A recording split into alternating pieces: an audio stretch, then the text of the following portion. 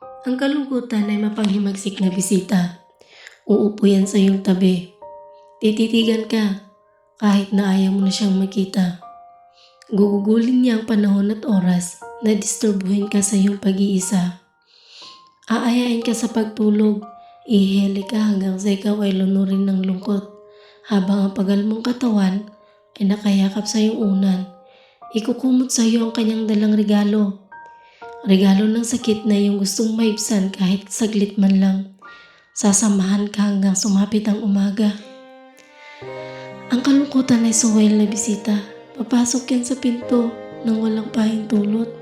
Diretso yan sa iyong pusong nilalamon ng hinagpis at kirot.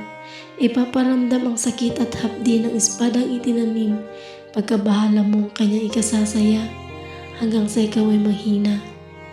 Parang siyang sintonadong tunog habang tinitipang yung gitara. Kahit anong pilit na nakabuo ng pyesa, gitarang inaamag sa iyong kanlungan. Papel na nawalan na ng kulay, iyong mga matay nagtataglay ng mga kwentong dahilan upang sa kalungkutan ay yumakap sa iyo nang walang kasing higpit. Siya ang bisitang halos ngayon ay ayaw ko munang makasama, pero napakasuwail niya.